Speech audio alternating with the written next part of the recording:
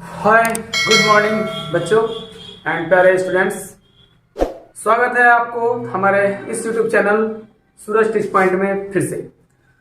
आज फिर से आप लोगों के लिए कुछ इंपॉर्टेंट ही लेके आया हूं मैं। और अब आज का जो मेरा कॉन्सेप्ट है वो ये क्लियर करना है कि गणित में कुछ सूत्र तो हम लोग सब पढ़ते ही हैं, लेकिन कुछ चिन्ह भी हम लोगों को समझ में नहीं आता है जो हमें बहुत कुछ कहता था लेकिन हम उसको पहचान नहीं पाते।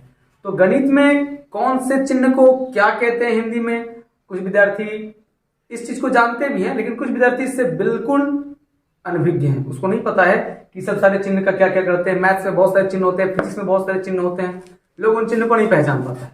तो जब चिन्ह को नहीं पहचान पाता है तो कुछ बच्चे ऑब्जेक्टिव क्वेश्चन को रटते या फिर सब्जेक्टिव कुछ बनाने के टाइम में, तो जब वो उसको पढ़ नहीं पाते हैं तो वो उसको याद भी नहीं हो पाता है, वो उसको समझ भी नहीं पाते। तो ऐसे ही कुछ महत्वपूर्ण चिन्ह और उसके हिंदी नाम मैं आज आपके लिए लाया हूं।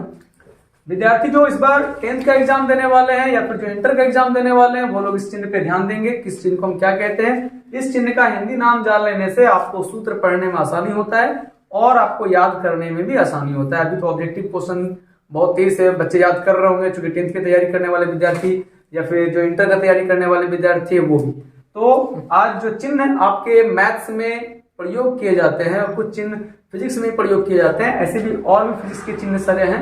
अभी मैंने आपको मैथ्स का चिन्ह लाया हूं आप लोगों के लिए, तो इस पर आप लोग ध्यान दीजिएगा किस चिन्ह को हम क्या कहते हैं। तो जैसे बहुत सारे चिन्ह को तो हम लोग बचपन से ही देखते आए हैं। चिन्ह का नाम हमारे लिए कितना उपयोगी है ये आप खुद से समझ सकते हैं। जब आप पढ़ते होंगे, जब आप याद करने बैठते होंगे ऑब्जेक्टिव क्वेश्चन या मैथ्स बनाने बैठते होंगे, उस समय आपको प्रॉब्लम होती होगी ये चिन्ह को क्या कहते हैं। याद करते करते कोई ऐसा सा चिन्ह आ गया, कोई ऐसा चिन्ह सर इसको क्या बोलते हैं, इसको क्या बोल रहे हैं, कुछ ऐसा वाला है इसको क्या बोल रहे हैं। तो जब चिन्ह का नाम मेरे को याद नहीं रहता है तो हम सूत्र भी याद नहीं कर पाते, ना तो उसको हम सही तरीके से पढ़ पाते हैं और फिर याद करने में मन नहीं लगता है और याद होता भी नहीं है। तो इन सभी समस्याओं को दूर करते हुए हम लोग इस बात पे आएंगे कि कैसे इनको याद किया जाए, कैसे इसको पढ़ा जाए, इसका क्या हिंदी नाम है। अगर आप हिंदी नाम जान जाएंगे तो आपको सूत्र भी याद करने में आसानी होगी और आपको पढ़ने में भी आसानी होगा। तो आइए समझते हैं। कुछ चिन्ह ऐसा है जो कि हम लोग बचपन से पढ़ते आए हैं।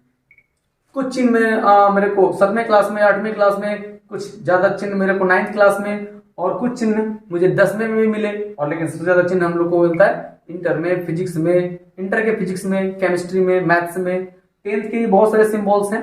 तो आज का जो हमारा वीडियो है वो आप लोगों को चिन्ह का नाम बताना है कि हम लोग कैसे इसको हिंदी में समझेंगे, किसका क्या नाम है। चलिए देखते हैं। सबसे पहले इस चिन्ह को देखिए, इसको हम लोग बोलते हैं जोड़, प्लस, अर्थात इसको जोड़ का चिन्ह कहा जाता है। आप इसको जोड़ का चिन्ह बोलेंगे। ये माइनस है जिसको हम लोग घटाव का चिन्ह कहते हैं।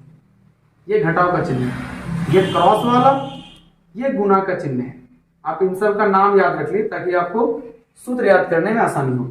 ये देखिए आपका डिवाइड यानी भाग का सिंबल है, ये भाग का चिन्ह है। ये तो जनरल है, ये हम लोग सब बचपन से पढ़ते आए हैं, इसके बारे में लोग जानते भी हैं। लेकिन मेरा काम है फिर से आप लोग को बता देना। मैं जब लिस्ट बना रहा था तो मैंने सोचा क्यों ना मैं शुरू से ही शुरू करूं। तो चलिए, इसका नाम है प्रतिशत। इसको हम लोग प्रतिशत कहते हैं। ये देखिए ऊपर 2 बिंदा है और नीचे मिड में 1 बिंदा है, इसको कहते हैं चूकी। क्या कहते हैं? चूकी। और ये ऊपर 1 बिंदा नीचे 2 बिंदा रहेगा, तो इसको हम कहेंगे इसलिए मैथ के भाषा में, यानी कि चूकी हम लोग मुंह से ही बोलते हैं। तो मैथ में हम लोग चूकी किसको बोलते हैं? तो मैथ में चूकी का कुछ सिंबल है, इसलिए का भी एक सिंबल है। इस प्रकार का सिंबल का प्रयोग हम लोग एक नियम वाले मैथ्स को बनाने में करते हैं। यूनिटरी मेथड वाले मैथ्स में इन चिन्हों का प्रयोग किया जाता है। ये प्रतिशतता में प्रतिशत निकालने के लिए डिवाइड है, ये गुना है, ये माइनस करना होता है, ये जोड़ करना है। इसके बारे में आप जानते हो। आइए, ये त्रिभुज, तो त्रिभुज को कौन नहीं जानता है? त्रिभुज को सभी लोग जानते हैं, फिर भी मैंने लिख दिया है, लिस्ट में आपके साथ रहेगा, आपके लिए ये भी बढ़िया है। ये देखिए, ये सिंबल कुछ बच्चे इसे हेडफोन कह देते हैं। हेडफोन वाला सर वो सिंबल है, हेडफोन वाला, जबकि इसका नाम आपका है ओम। इसका क्या नाम है? ओम। देखिए ये जो सिंबल आपको दिख रहा है एक के जैसा, ये अगर दोनों तरफ जुड़ा हुआ है तब तो इसको आप अनंत पढ़ेंगे, अनंत। लेकिन फिजिक्स में कभी कभी ऐसा दिखेगा आपको, इसका आगे का किनारा बंद नहीं होता है, इसको समानुपात के जैसा हम लोग पढ़ते हैं। चलिए आइए देखते हैं। तो ये मेरा हो गया अनंत। इसको कहा जाता है पाई। इसका एक प्रयोग आपका मैथ्स में होता है पूरा वृत्त वाले चैप्टर में, या फिर कोई भी सर्कुलर आकृति के लिए इसका प्रयोग किया जाता है एरिया वगैरह निकालने में, इसको पाई पढ़ा जाता है। ये जो आपको दिख रहा है, कभी कभी आप देखते होंगे 90 डिग्री लगाते हैं आप, यहाँ पे 0 लगा देते हैं आप, ये 90 डिग्री, इसको क्या पढ़ा जाता है? डिग्री को हिंदी में क्या कहते हैं? तो डिग्री को हिंदी में हम लोग अंश कहते हैं, ये अंश कहलाता है। ये डिग्री है, इसको हिंदी में हम लोग अंश पढ़ते हैं। तो इसका प्रयोग कहाँ पर हो रहा है? ये आपको रेडियन वाला मैथ्स में आपको मिलेगा इसका प्रयोग। वैसे डिग्री तालिका में भी इसका प्रयोग होता है, हम लोग कोण बनाने में, एंगल बनाने में इसका प्रयोग करते हैं। ये देखिए उल्टा टी जैसा दिख रहा है, इसको हम लोग लंब पढ़ते हैं, परपेंडिकुलर लंब।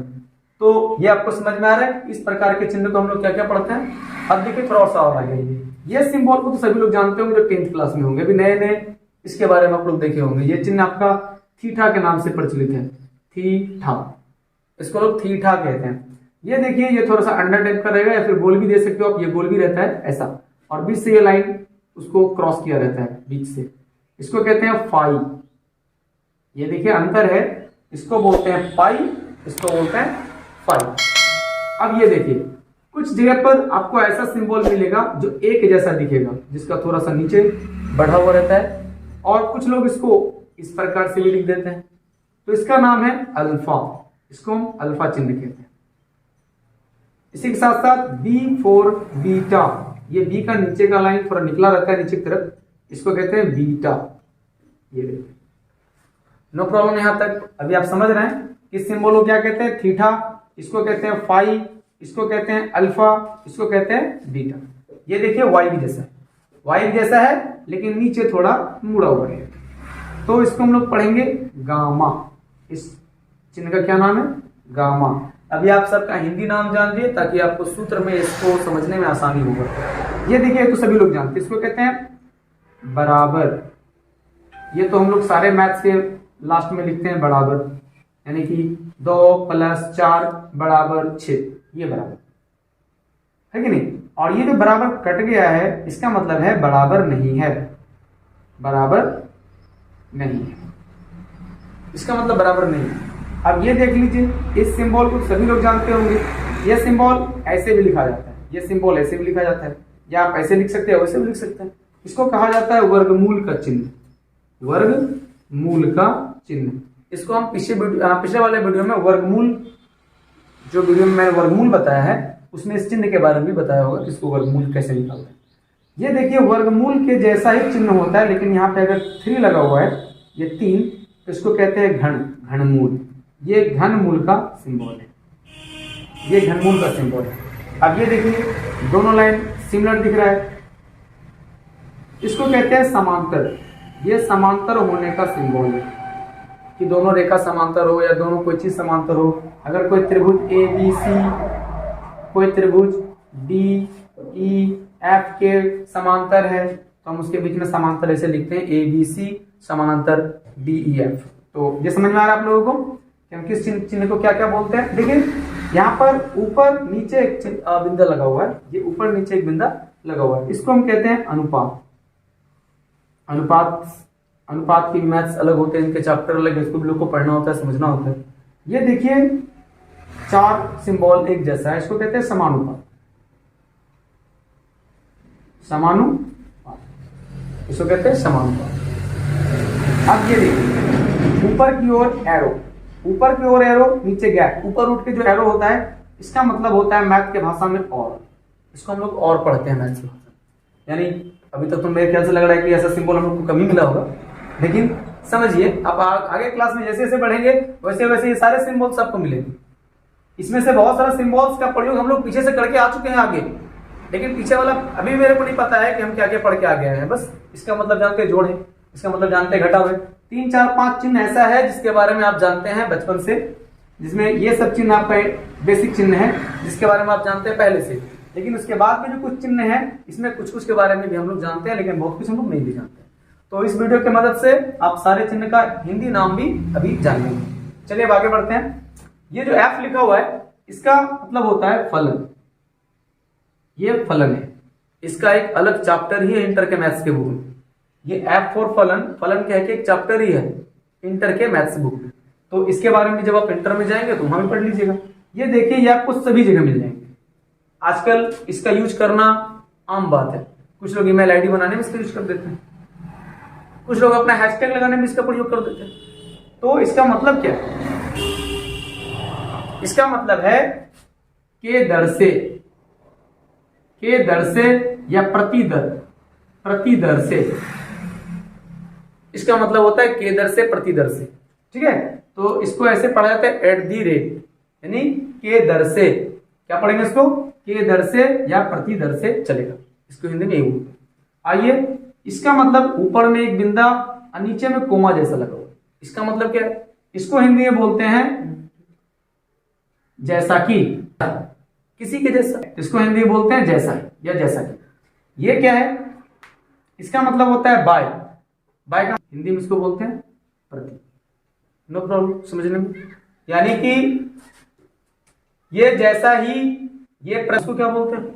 आपका ये उल्टा एक जैसा, ये भी लिख के इसको कट कर देते हैं, ये भी इसको कट कर देते हैं। इसका मतलब क्या हुआ? इसका मतलब हुआ सभी के लिए।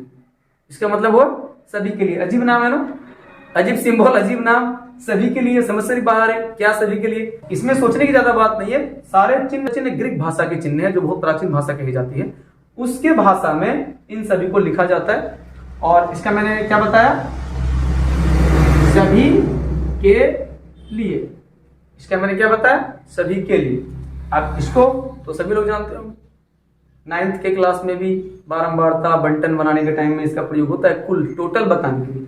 इसका मतलब होता है कुल या टोटल, लेकिन हिंदी में इस चिन्ह को पढ़ते हैं सिग्मा। इसको सिग्मा पढ़ते हैं। तो ठीक है, यहां तक समझ में आ रही है? देखिए, ये जो आपको त्रिशूल के जैसा दिख रहा है, सूल, इसको पढ़ा जाता है साई। हम लोग इसको क्या पढ़ते हैं? साई पढ़ते हैं। ये साई का सिंबल है। और ये देख लीजिए, ये आपको दिख रहा है ऐसा, तो हम लोग डेल्टा बोलते हैं, डेल्टा। इसी सिंबल का नाम डेल्टा। ये आपको बहुत जगह पे मिल जाएंगे, होंगे उसको बार बार मिलेगा डेल्टा। ये साई, जो 10th में होंगे उसको सिग्मा मिलेगा बराबर। ऐसा सिंबल मिलेगा इंटर वालों को भी, 11th वाले में, 12th वाले में। जब आप समुच्चय सिद्धांत वगैरह जब बनाएंगे तो उसमें ये सब सिंबल का ज्यादा प्रयोग होता है। ये प्रति है, सभी जगह मिल जाएंगे। आप रुपया, दशमलव, लाभ, उसमें आपको ये सिंबल मिलेगा। ये थोड़ा कम देखने को मिलता है, लेकिन है ये भी, आप उसको देख नहीं पाते, आप उसको उसके ऊपर ध्यान नहीं देते हो। मैथ्स के बुक में ये भी मिल जाएंगे जैसा ही। अब चलिए आगे बढ़ते हैं थोड़ा। इसका क्या नाम बताया मैंने? डेल्टा। अब ये देखिए, इसका नाम नीचे वाई, ऊपर होता है, ऊपर की तरफ दिख रहा है वो गामा, और जो नीचे घुरे उसका नाम पड़ जाता है लेम्डा। लेट गया, लेम्डा, मतलब वाई उलट गया, लेम्डा हो गया। अब आगे बढ़िए, ये दिखता है ना आपको यू जैसा, यू मतलब इसको पढ़ना आसान है। जो यू के जैसा दिखे उसको बोलेंगे म्यू, अधम यू। तो लोग इसको एम यू भी पढ़ देते है कि नहीं? तो ये भी आपको मिल जाएंगे। बहुत सारे सिंबल में इसका प्रयोग होता है। और खास करके इसको पहचान रहा, ये हाथी के सूंड के जैसा देखा जाती है, हाथी के सूंड के जैसा ऐसा। यानी अगर इधर आंख मुंह लगा दे तो साला ये हाथी का सूंड बन जाए, है कि नहीं? इसको पढ़ा जाता है समाकलन। ये सिंबल समाकलन का है। तो अभी मैंने लगभग जो आपके प्रयोग 10th के विद्यार्थियों के लिए, विद्यार्थी पढ़ रहे हैं उसके लिए, ये सारे सिंबल नाम लिख दिए हैं। से देख लीजिए, अपने नोटबुक पे नोट कर लीजिए, बार पढ़िए। और इसके हिंदी नाम कोशिश कीजिए, सूत्र याद करने में, ऑब्जेक्टिव क्वेश्चन याद करने में, और सब्जेक्टिव न्यूमेरिक मदद करने वाला है। तो गाइस यहीं तक है। आप हमें बता सकते हैं आज का वीडियो आपको कैसा लगा। और अगर आपको ये वीडियो अच्छा लगा भी है तो आप इसको लाइक भी कर सकते हो, सब्सक्राइब भी कर सकते हो। मैं फोर्स नहीं करता। बहुत बहुत धन्यवाद। मिलते हैं फिर अगले वीडियो में आपके साथ। जय हिंद।